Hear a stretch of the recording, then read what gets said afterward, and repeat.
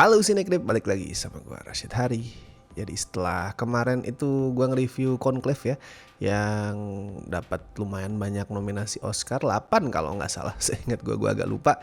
Kali ini gua akan review film yang juga tayang di hari yang sama, dan juga adalah film yang dapat sekitar 8 nominasi Oscar. Jadi memang kemarin tuh hari yang lumayan menyenangkan ya, hari Rabu kemarin tuh, karena dua film nominasi Oscar tahun ini tayang bersamaan, walaupun jumlah layarnya terhitung sedikit, terutama di film yang mau gue bahas kali ini, yaitu yang berjudul A Complete Unknown. Ini adalah biopik, film biografi ya, dari Bob Dylan, musisi legend lah ini. Legend yang berhasil ngejual lebih dari 125 juta keping album. Dan Complete Unknown ini dapat nominasi Oscar 8 biji, termasuk nominasi-nominasi yang banyak dibilang major kategori ya. Dari Best Picture, Best Director, terus kategori acting juga dapat banyak, dapat 3 tuh. Aktor, supporting actress. Jadi ini termasuk salah satu film yang dapat nominasi terbanyak. Dan kemarin Timothée Chalamet menang tuh di SAG, Screen Actor Guild Awards. Dan biasanya SAG adalah prediktor yang lumayan valid sih kalau lu pengen tahu nanti siapa pemenang Oscar di kategori acting. Kalau di Best Actor itu 10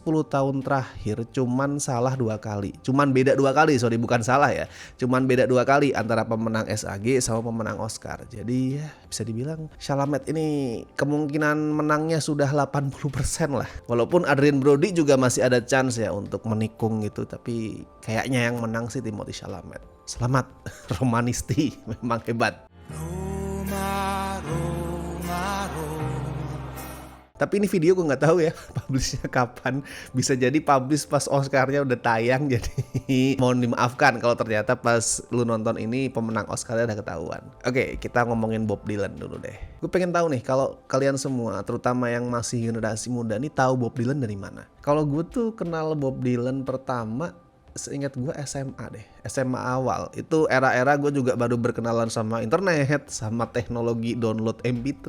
Itu gue kenal karena gue searching tuh waktu itu sebagai anak muda yang pengen tahu lagu-lagu yang keren tuh kan. Gue searchingnya lagu terbaik sepanjang masa, anjir, best song of all time ya. Kalau zaman dulu searching kayak gitu nggak dianggap norak ya. Kalau zaman sekarang anjir norak banget. Gue searching itu, terus gue nemu tuh artikel Rolling Stone, majalah Rolling Stone ya. Rolling Stone itu ngelis 500 lagu terbaik sepanjang masa, dan yang nomor 1 itu adalah lagunya Bob Dylan yang judulnya sama majalahnya ya, Like a Rolling Stone. Nah, dari situlah gue berkenalan dengan Pak Bob ini. BTW yang ngedirect film ini adalah James Mangold yang ngedirect Logan juga, The Wolverine. Udah banyak biopik yang pernah Bapak Mangold ini bikin. Kalau musisi ini juga bukan yang pertama. Ini kedua kali dia bikin biopik soal musisi. Yang pertama itu dulu Walk the Line, yang nyeritain soal Johnny Cash, si Joaquin Phoenix yang mainin Johnny Cash tuh. Nah, dan kebetulan si Johnny Cash juga nongol di film ini, Complete Unknown. Jadi kayak ini dua film yang ya bisa dibilang nggak jauh beda lah. Dan emang mirip sih, mirip dalam arti selain karakternya yang in real life itu bersinggungan, Bob Dylan sama Johnny Cash, gaya penceritaannya juga mirip. Sama-sama biopik yang pakai treatment konvensional. Karena kan zaman sekarang tuh biopik lagi kayak berlomba-lomba untuk mencari gaya bercerita baru ya, yang nggak semata-mata itu ngerangkum kehidupan karakternya dari titik A sampai titik B. Itu udah mulai banyak dirombak tuh formula biopik. Nah, tapi kalau A Complete Unknown itu ya cenderung konvensional, terlalu konvensional malah. Karena walaupun gue akuin ini biopik yang digarap dengan oke, gue ngerasa kalau untuk nangkep sosok setidak konvensional Bob Dylan, ini filmnya terlalu konvensional.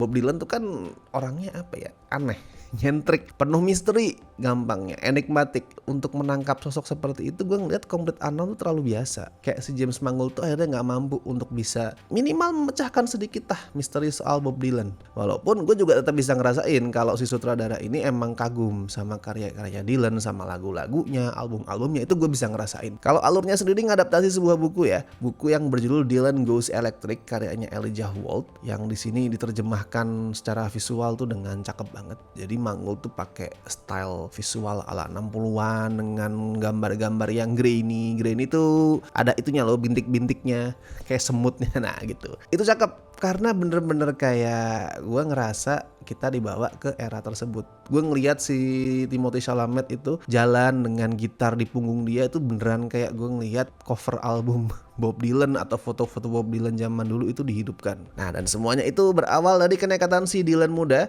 pada saat dia berkelana tanpa petunjuk buat nyari rumah sakit tempat idolanya Woody Guthrie yang juga seorang musisi itu lagi dirawat akibat penyakit Huntington. Dan di rumah sakit yang sama itu juga Bob Dylan kenalan sama Pete Seeger yang nantinya ngebantu ngebukain jalan dia untuk sukses di industri musik. Nah, si Pete Seeger ini diperanin Edward Norton, dapat nominasi Oscar juga Best Supporting Actor. Complete Unknown sebenarnya semua aktornya mainnya bagus, termasuk supportingnya tuh bagus-bagus. Cuman emang Edward Norton yang buat gue personal itu paling mencolok, paling bagus mainnya. Ini gue agak lompat dikit ya. Salah satu konflik utama yang film ini bahas kan adalah ya kayak judul buku yang diadaptasi ya. Itu pada saat Bob Dylan yang tadinya itu dikenal sebagai pahlawan musik folk dengan gitar akustik tuh akhirnya nyoba gitar elektrik. Wah, itu orang-orang pada protes, dianggap pengkhianat Bob Dylan, dibilang Judas kamu. Dan puncaknya adalah di Newport Folk Festival tahun 65. Itu festival untuk musik folk. Dan di situ tiba-tiba suatu hari di tahun 65 itu Dylan ngebawain lagu-lagu elektrik. Wih, orang pada ribut,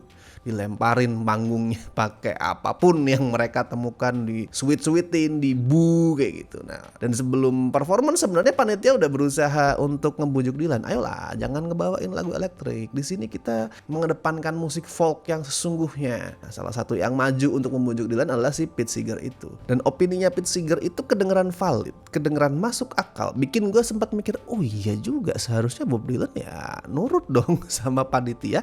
Itu karena pembawaannya Edward Norton. Jadi dia dikasih sebuah speech, sebuah monolog yang disampaikan di depan Bob Dylan, dan Norton ngebawainnya bagus banget. Gue sampai ikut itu loh, apa terpengaruh dari itu ya. Gue ngerasa, oh iya bener nih yang diomongin orang ini. Saking bagusnya si Norton itu ngebawain monolog dia. Di sisi lain Timothée Chalamet juga bagus banget. Ini loh susahnya lu meranin karakter yang orang nyata, real person, itu adalah lu berpotensi untuk jatuh jadi karikatur. Lu berpotensi untuk berakting dengan cara impersonation, cuman niruin doang. Apalagi kalau orang yang lu peranin tuh punya banyak ciri khas yang unik ya. Lu bisa, oh geraknya kayak gini, udah gue ikutin doang. Cuman kayak di sketsa-sketsa komedi jatuhnya. Si Timothée Chalamet bisa tuh bikin dirinya itu mirip sama Bob Dylan. Dari gerak-geriknya, dari vibe-nya, sampai suara dia pada saat nyanyi. Tapi gak kerasa kayak lagi impersonating, gak sebatas kayak niru-niruin doang, tapi beneran ya namanya acting ya, menjadi. Acting dia tuh cocok lah sama spirit yang dibawa film ini. Film ini kan pengen menggambarkan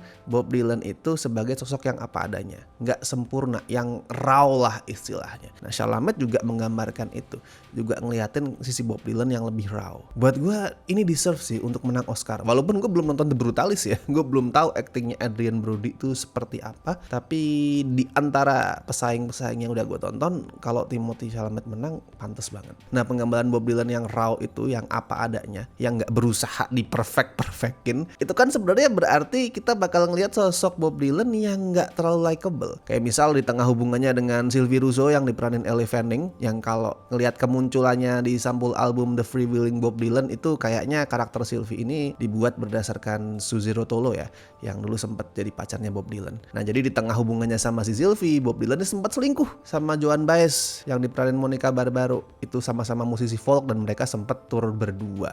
Itu kan ya nggak likeable anjir. Gue nontonnya aja bangsat ini Bob Dylan. Ceweknya lagi kuliah ya, lagi studi gitu pokoknya. Ke tempat lain dia malah selingkuh bangke. Tapi ya memang seperti itu penggambaran apa adanya. Nggak dipermanis, nggak dipercantik, nggak dialus-alusin. Ya udah. Nah, tadi kan gue udah ngomongin ya soal Newport Folk Festival 65 yang kacau itu, yang bikin orang marah karena Bob Dylan mainin gitar elektrik. Nah, mundur dikit ke Newport yang tahun 64, gue suka banget scene itu. Scene pada saat Bob Dylan perform di Newport tahun 64. Karena di situ James Mangold bisa bikin performance-nya Dylan di atas panggung. Itu jadi cara untuk filmnya tuh menangkap isi hati semua karakter yang ada di situ. Ya Bob Dylan yang lagi perform, terus si Joan Baez yang duet sama dia, Sylvie yang jadi penonton, atau si Pete Seeger yang juga jadi panitia. Itu semua di satu scene, di satu lagu, itu emosinya bisa ketangkep. Itu gue amazed banget sih. Padahal emosi mereka beda-beda loh. Ada yang sedih, si Sylvie sedih karena ngelihat wah si Joan Baez tuh lagi berbunga-bunga. Si Pete Seeger juga lagi senang banget kan karena weh anjir musik folk banyak yang suka akhirnya berkat Bob Dylan.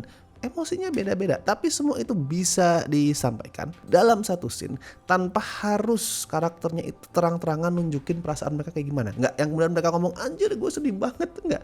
Tapi cuman lewat lagu, lewat musik. Itu sih keunggulannya James Mangold sebagai sutradara di sini ya. Dia bisa bercerita lewat musik. Sama juga kayak adegan yang buat gue nih magis banget nih, cantik magis itu pas si Bob Dylan dan Joan Baez tuh selingkuh ya. Selingkuh di kamar, terus kemudian Bob Dylan itu untuk pertama kalinya ngebawain lagu Blowin' in the Wind. Itu lagu indah banget. Dan di situ mereka berdua main lagu itu dengan simple, dengan gitar akustik apa adanya, terus mereka berdua nyanyi. Wih, cakep banget, magis banget. Ada cinta di situlah simpelnya. Minimal di matanya Joan Baez ya, yang diperanin sama Monica Barbaro. Matanya Mbak Monica ini emang menghipnotis banget. Gak cuma di adegan ini sih, di semua adegan. Matanya kuat banget. Terus cara dia nyanyi juga menghipnotis, suaranya yang kayak lagi berpuisi, cantik sekali. Sayangnya ya kayak tadi udah gue bilang, Complete Unknown ini masih terjebak di penyakit film biografi konvensional. Storytellingnya itu, kayak itu loh, kepingan-kepingan yang nggak menyatu dengan bagus lah. Jadi banyak lubang, banyak lompat-lompat. Film biopik yang konvensional kan penyakitnya gitu. Karena berusaha ngerangkum fase hidup karakternya dari usia sekian sampai sekian. Nggak harus dari lahir sampai mati ya, tapi dari sekian sampai sekian. Dan itu coba dirangkum semuanya. Ya otomatis harus lompat-lompat karena kan panjang tuh span ceritanya. Di sini kerasa banget, lompat-lompat, banyak lubang. Terus kecintaan si James Mangold sama musiknya Bob Dylan juga nggak jarang tuh jadi itu, senjata makan tuan, pisau bermata dua. Karena di satu sisi, kayak tadi gue udah mention, itu ngebantu dia bercerita lewat musik. Tapi di sisi lain, saking cintanya si James Mangold ini sama lagu-lagu Bob Dylan, banyak adegan musik yang dimasukin walaupun sebenarnya nggak perlu. Kayak out of nowhere dia mainin lagu yang ya itu sebenarnya nggak terlalu impactful ke ceritanya, tapi dimasukin karena James Mangold suka sama lagunya. Dan gue akuin itu asik buat karaoke emang film ini, tapi jadinya kepanjangan. Durasinya kan hampir 2,5 jam tuh. Sebenarnya nggak perlu sepanjang itu kalau beberapa lagunya dikurangin. Asik buat karaoke yes, tapi itu bikin ceritanya juga jadi terlalu stretch kepanjangan. Sama yang paling gue bermasalahkan tuh ini sebenarnya. Jadi konflik terbesar film ini kan ya tadi soal Bob Dylan yang akhirnya dianggap pengkhianat karena main musik elektrik. Pertanyaannya, kenapa Bob Dylan ini akhirnya mau main musik elektrik? Oke, Complete Unknown tuh punya alasan versi mereka ya. Filmnya itu coba buat menggiring kita penonton buat yakin kalau keputusan nekatnya Bob Dylan itu didasari karena dia nggak suka sama ekspektasi orang. Orang berekspektasi dia menjadi pahlawan musik folk. Orang berekspektasi dia mainin gitar akustik. Orang punya ekspektasi dia adalah bintang besar. Dia nggak suka seperti itu. Dia pengen bebas. Dia nggak suka dikekang kayak gitu, makanya dia nekat tuh langsung. Oke, gue bikin musik elektrik. Cuman filmnya tuh nggak bener-bener bisa bikin gue yakin kalau that's the real reason. Karena penonton tuh nggak bisa diajak masuk bener-bener ke kepala Bob Dylan buat tahu proses berpikir dia tuh gimana. Kan ada tuh pasti thought prosesnya tuh seperti apa. Dan gue ngerasa James Mangold juga kayak kurang yakin sama interpretasi dia. Makanya filmnya nggak pernah bener-bener tegas ngomong kalau alasan Bob Dylan berubah jadi elektrik karena dia nggak suka dikekang. Tanda-tandanya emang mengarah ke sana, tapi filmnya nggak pernah benar-benar tegas ngomong itu. Karena gue rasa si James Mangold juga kayak kurang yakin sama interpretasi itu. Ya sekali lagi Bob Dylan itu adalah misteri yang terlalu besar untuk bisa lo pecahkan. Dan James Mangold di sini tuh kayak terjebak di tengah-tengah antara dia itu nggak bisa mecahin misteri soal Bob Dylan, tapi dia juga harus menjelaskan semuanya karena dia pengen bikin biopik yang konvensional. Biopik konvensional kan harus clear. Nah dia harus menjelaskan itu. Dia terjebak di antara dua hal itu. Bingung akhirnya. Ya mungkin emang seorang Bob Dylan itu tidak harus bisa dipahami guys, tidak harus bisa dipecahkan, tidak harus bisa dicari jawaban soal pemikiran dia. Ya kayak lagu dia lah, Blowing in the Wind itu kan ada liriknya, the answer my friend is blowing in the wind. Ya udah, tidak perlu dicari jawaban pastinya, biarkan itu ada bersama angin dan rumput yang bergoyang. Tapi overall ini tetap biopik yang oke. Di luar soal ya konvensional tadi, nggak bisa menjelaskan karakternya secara mendalam, tapi ini digarap dengan oke. Acting pemainnya bagus-bagus. Kalau skor ya gue kasih 7 dari 10 lah. Kalau dari 8 nominasi Best Picture tahun ini, kan gue belum nonton Brutalis sama Anora ya, karena belum ada di streaming legal atau manapun itu. Dari 8 yang udah gue tonton sih emang Complete Unknown ini yang gue paling gak suka sih. Tetap oke, tapi ini the least favorite. Ya kalau ranking nomor 1 Dune lah pasti ya. Dune Part 2 Terus I'm Still Here, itu nggak jauh beda sebenarnya 11-12. Terus The Substance, Wicked, terus Nickel Boys, Conclave. Nah, Nickel Boys sama Conclave ini juga 11-12